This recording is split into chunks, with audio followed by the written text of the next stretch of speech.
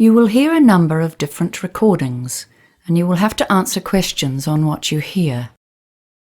There will be time for you to read the instructions and questions, and you will have a chance to check your work. All the recordings will be played once only. The test is in 4 sections. At the end of the test, you will be given 10 minutes to transfer your answers to an answer sheet. Now turn to Section 1. Section 1. You will hear a conversation between a bank clerk called Jeanette and a man who is asking for information on investing money. First, you have some time to look at questions 1 to 4.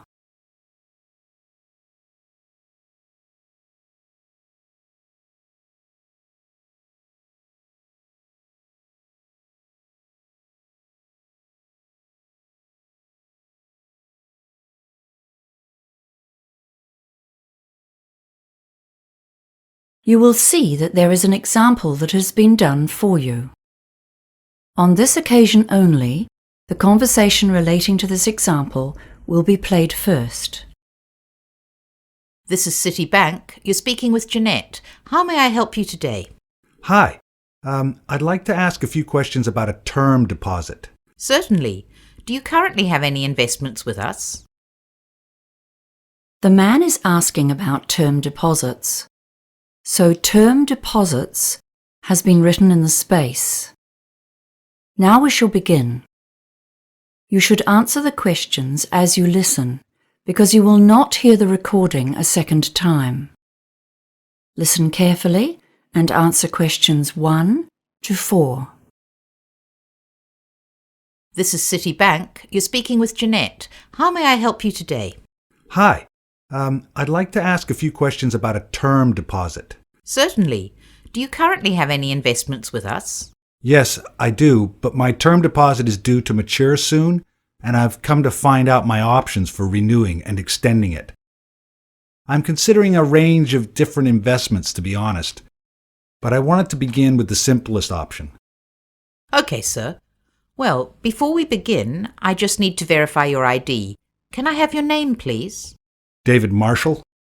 That's M for mother. ARSHALL. Thank you, David. Now, I just need to ask you a couple of security questions. What's your mobile phone number? 023-561055. And your date of birth, please? 18th of February, 1968. Right. So I've got your account information in front of me. You've currently got $18,000 on a term of 180 days. That's at a rate of 3.45% per year or per annum. Okay, so what are my options? Can we start by looking at 1 and 2 year terms? We can do that. Let's see. Right. If we put it on a 1-year term, we can offer you a yearly return of 3.65%. And for 2 years, it's 3.7%. Oh no, hang on. Sorry, we have a special deal on that term right now at 3.85%. Okay. So what does that mean in dollars? Just one moment and I'll bring it up. Okay, so the total interest earned would be $657 for 1 year, and I'm just bringing up the 2-year figure for you. A 2-year term at 3.85% interest, that's a total of $1,412 interest on maturity. Right. That's about a $700 difference. Yes, a bit more actually. Okay. Oh, a friend of mine told me he gets his term deposit interest paid into his account every month. Do you have a monthly interest option? Yes, actually. We do offer that on term deposits, but only on investments of $20,000 or more. Before you hear the rest of the conversation, you have some time to look at questions 5 to 10.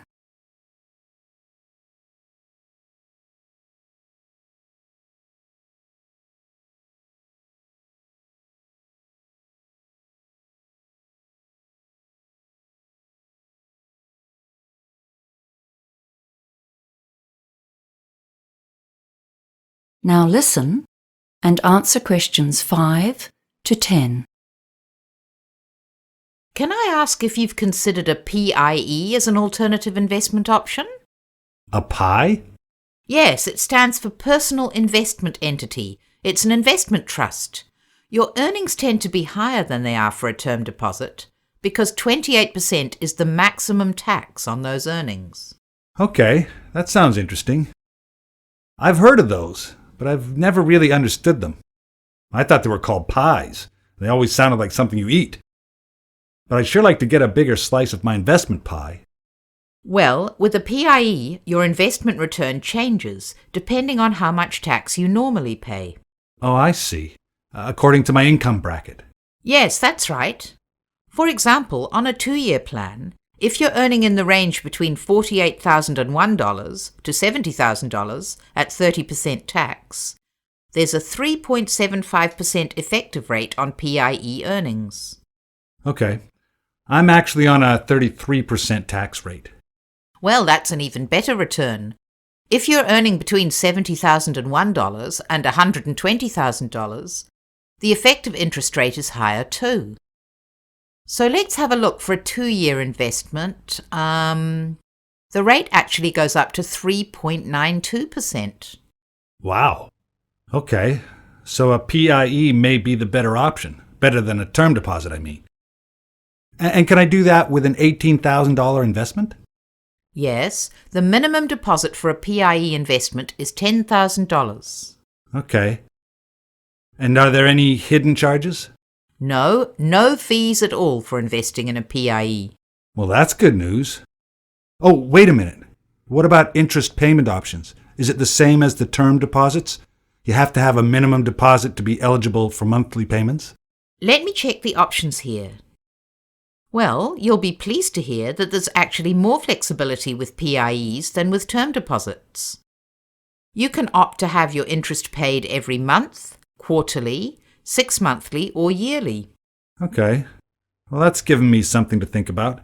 Would you like to apply today? No. I'll have to think about it, thanks. Certainly. If you do decide to go ahead with it, applications are processed in 2 days, as long as you have a bank account with us, which you do. You can apply on our website, by phone, or pop into one of our branches. Great. Thanks for your help. That is the end of section 1. You now have half a minute to check your answers.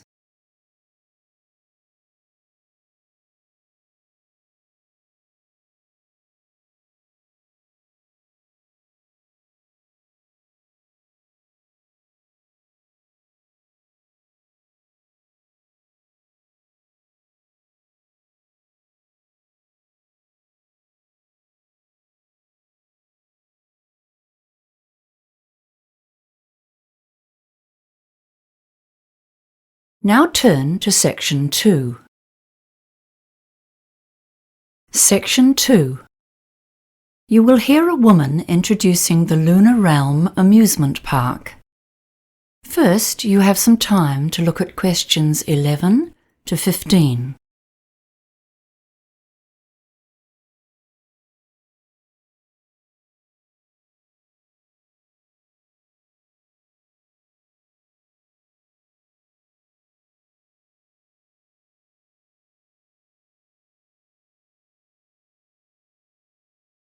Now listen carefully and answer questions 11 to 15. Good morning, everyone. We're very pleased to have you here at Lunar Realm for our September Celebration Day. We have many smaller celebrations throughout the year for different events. I think it was 5 at last count. But the September celebration is a special day to honor the park's development, from tiny beginnings to the huge enterprise it is today. It's our most significant annual event. Come into the visitor center now. Over here, you can see a picture of the original park when it was under construction. The land was donated to the city in 1955 by the then mayor, Matthew Hardacre. But the park itself wasn't developed until 1979, and you'll notice it wasn't very big at that time. Then there was a huge growth in the 1990s, and we're still growing today. In the beginning, there were only a few small rides in the park. There were lots of other attractions in those days. including an adventure playground for younger kids. The kids loved the petting zoo with its farm animals, and in fact, that's the only attraction to have survived until now. We've still kept 2 of the original rides as an exhibit, but they're not in working order anymore. We're now one of the biggest amusement parks in the country.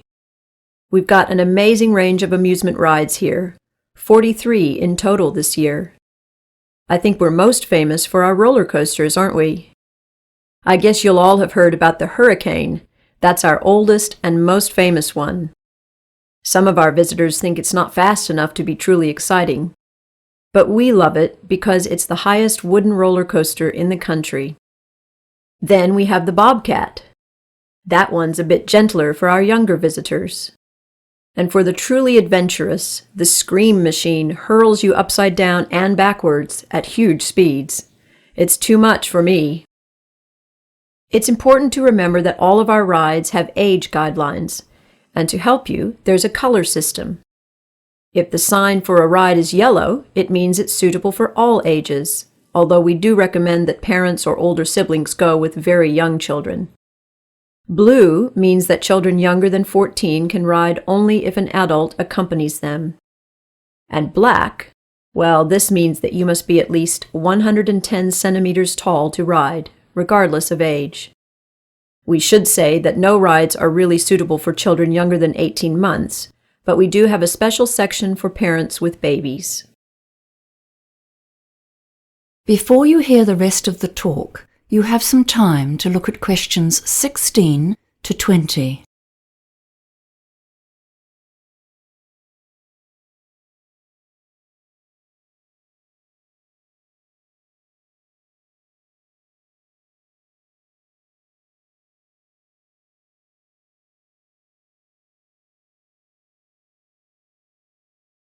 Now listen and answer questions 16 to 20. Now I'll tell you about the many options for food around the park. You can get a range of different cuisines, Italian, Chinese, and so on. All of that's in the food court in the center of the park. But there are lots of other places as well. If you want hamburgers, sandwiches, that sort of thing, you can find food stands everywhere. We pride ourselves on the quality of our food, and all of our vendors use fresh, healthy ingredients from local farms. Don't forget the special events we've planned for the anniversary celebration. There are 2 main events today, and they're both free. The first is the afternoon parade. It kicks off at noon, so arrive a bit early if you want a good view. The best place to see it is along the main street. It's all organized by final year school students. You'll see some gymnastics and acrobatics, hear music from a marching band, and see some fantastic floats. The parade has become one of our feature events of the year. The second big event today is an evening concert, which takes place at our main amphitheater. The concert features singing and dancing, costumes and lights, and there's a different theme each year. This year the theme is Hollywood, and it's all about classic style and old films. The concert starts at 7 p.m., but try to arrive by 6:45. Now, I know you're all eager to get out there and have fun, but before you go, I'm just going to tell you some information about safety and security. If anyone needs medical attention, we have help available. You can see on this map that next to the visitor center, which is where we are now, of course. Can you see this red dot? Yes, so that is one of our 10 first aid centers. If you get hurt, all you need to do is ask a member of staff to direct you towards the nearest one. And kids, remember, if something happens, you get lost, and you can't find your parents, please tell someone who works at the park. Just look for someone dressed in the Lunar Realm colors, and they will assist you. And for anyone who has a problem of any sort, you can come and talk to a member of our security team at any one of the many guard stations. Those are the blue dots here on the map. Don't forget to take a copy of the map. That is the end of section 2. You now have half a minute to check your answers.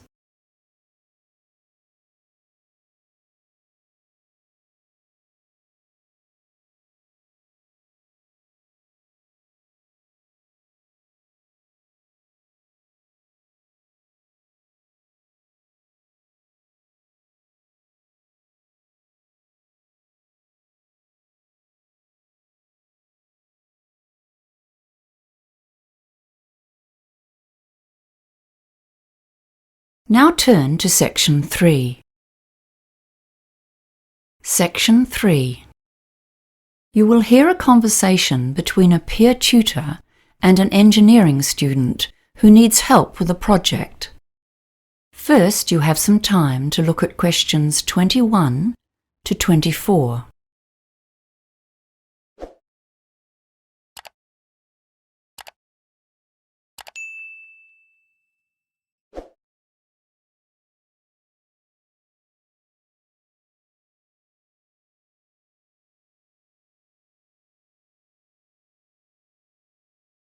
Now listen carefully and answer questions 21 to 24.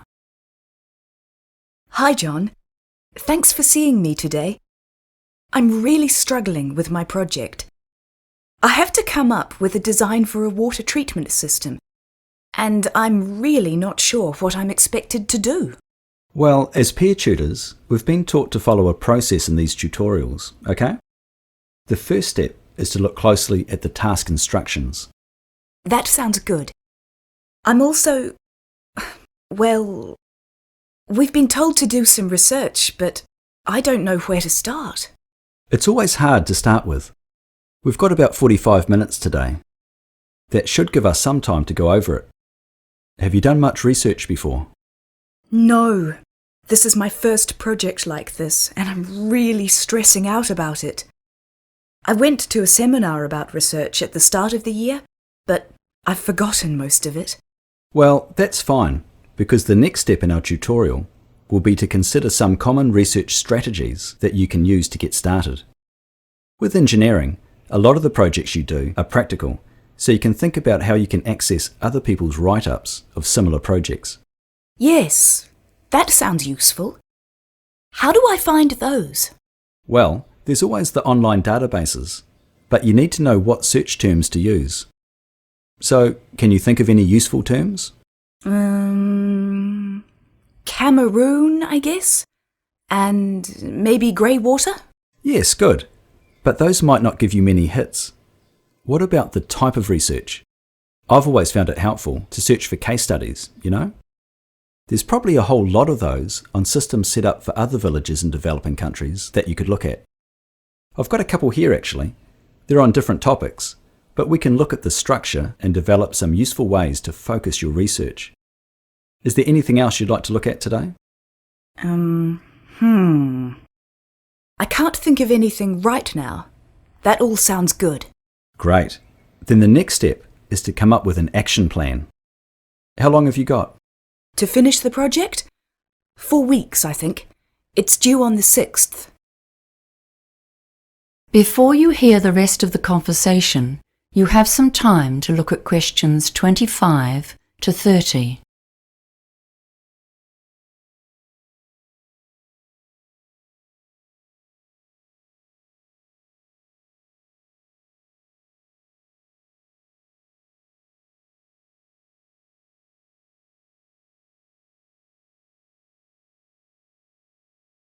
Now listen and answer questions 25 to 30.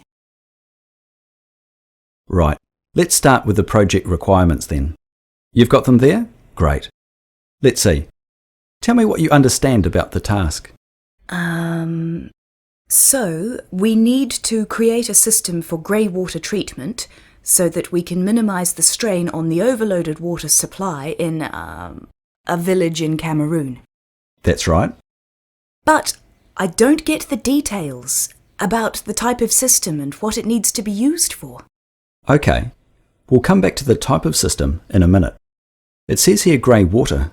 Have you learnt about grey water? No, I missed the lecture. Okay. So it's the water we use in our houses, but not in the toilet. The water that goes down the drains, not into sewage. It can be recycled because it's relatively clean.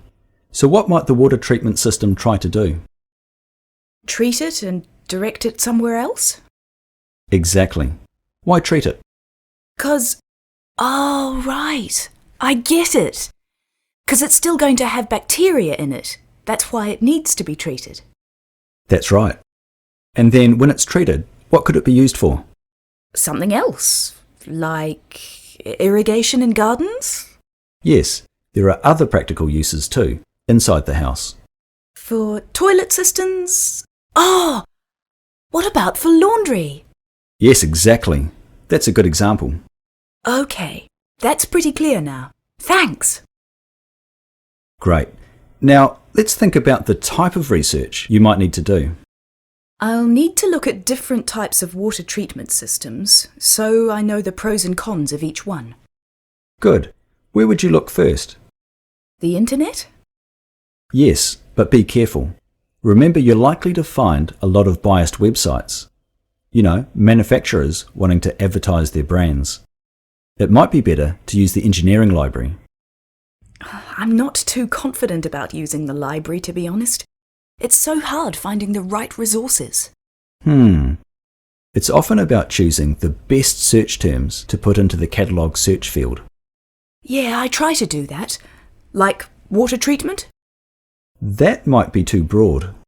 Grey water treatment systems? That's more like it. And you'll need to search for systems designed for residential, not commercial use. There's a big difference. I usually end up borrowing a massive pile of books, then get home and find they're useless. Try reading through the contents before you take them out. Flick through to relevant sections. Often it helps to read parts, not all the way through, but... Just to get the main idea. That's right. Oh, and I see this as an EWB project. Have you seen the website? It might have some exemplars of the winning designs from last year's competition. No, I saw that and didn't know what EWB meant. Engineering Without Borders is what it stands for. That is the end of section 3. You now have half a minute to check your answers.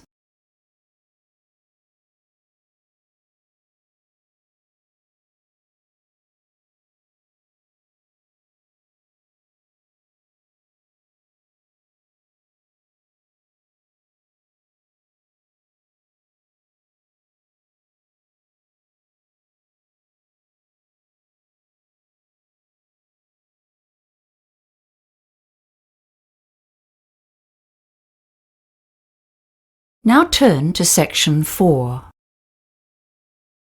Section 4. You will hear a talk on the topic of the Caveman diet. First, you have some time to look at questions 31 to 40.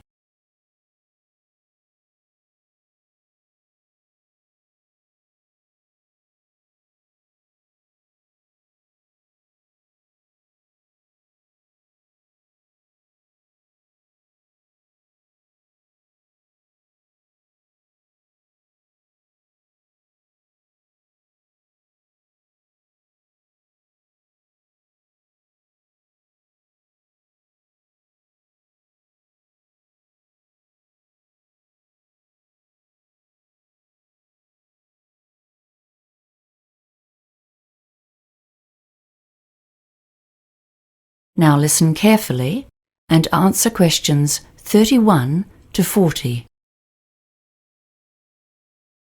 Hello everyone. Do you use the internet? If I asked you what is the single most common topic for advertisements on the net, I suspect ads for weight loss would win hands down. After all, dieting is one of our current obsessions. We've all heard of the Atkins diet, the macrobiotic plan, the South Beach diet, the raw food eating plan. All of these fad diets and many more promise that you will lose kilos and live a healthy life if you just follow their plan. Today we're going to discuss one of the most well-known Western diet trends, the paleo or caveman diet. Firstly, what is this diet and where did it come from? Proponents of this diet argue that we need to return to basics, that is, to what our forebears ate many years ago. They say that our bodies are not well suited to digest complex carbohydrates such as grains and legumes. We should be eating a hunter-gatherer diet, rich in lean meat, fish, nuts and berries, and without wheat, oats or other grains that came into our diet after the invention of agriculture. Sounds logical, doesn't it? But let's look a little closer. The first question to ask about the caveman diet is, what did our ancestors actually eat? One way to discover this is to study the diets of existing hunter-gatherer tribes. Although these groups do tend to regard meat as the best source of food, they often have difficulty in finding it. In Africa, for example, over 50% of the time, the Bushmen tribes come home empty-handed from their hunting expeditions, despite being very skillful with equipment such as bows and arrows. So what do they eat when they can't get meat? Well, the wives come to the fore then, foraging for and cooking local plants. Most of the groups eat a lot of plants. These range through a huge variety of local species, including nuts, plantains and yams, and evidence suggests that this was true of our ancient ancestors as well. Researchers suggest that these people would eat more meat if they could get it, but in fact only approximately a third of their calories comes from this protein and fat-rich source. Research shows that when these groups first come into contact with a Western diet, their health suffers. Once they're exposed to our diet of refined carbohydrates and sugars, they quickly develop our lifestyle-related diseases. However, that does not mean that the human digestive system is suited to digesting only a few sources of food, nor that it cannot change to accommodate different food sources. In fact, the evidence would suggest exactly the opposite. As a species, we are able to make significant modifications to our digestive systems according to what foods are available in our local environment. Examples abound, and our ability to digest lactose is a good one. Lactose is a sugar that is found in milk, and it is digested in the human gut by the enzyme lactase. In communities in Europe, the Middle East, and Africa that traditionally herd cattle and drink cow's milk, this enzyme is present and people can digest milk products. However, in places such as China and Thailand, which do not have this style of farming, the enzyme is lacking, and most people have lactose intolerance. Another example is the ability to digest the sugars from starchy foods. Communities that eat a lot of these foods have saliva that breaks down starchy foods before they reach the gut, whereas other groups have more difficulty in getting nutrition from high-starch sources. In fact, if you look at indigenous cultures around the world, there is a huge variety of successful diets. The Inuit get nearly all of their energy from high-fat sources, such as seal meat. The Jains in India have religious beliefs which prohibit eating any living thing, including eggs, but which do, however, allow for the consumption of milk products. Other groups eat mostly fish or have an insect-based diet, depending on locally available sources of protein. So the idea that our caveman ancestors ate one homogeneous diet and that if we follow this we can all be healthy would seem to be an oversimplification. Diets are the result of complex cultural dietary practices. People can and will eat just about anything.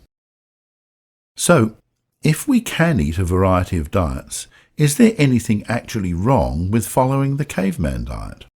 Well, firstly, on a practical level, it's an expensive way to get your daily calories.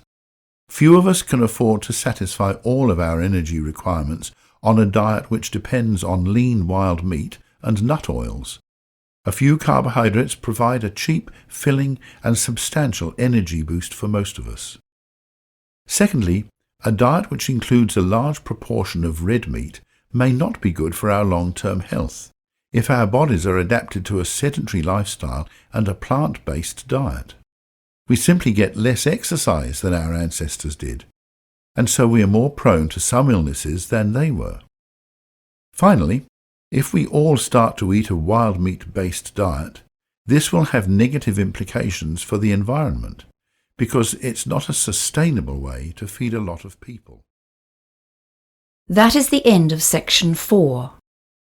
You now have half a minute to check your answers.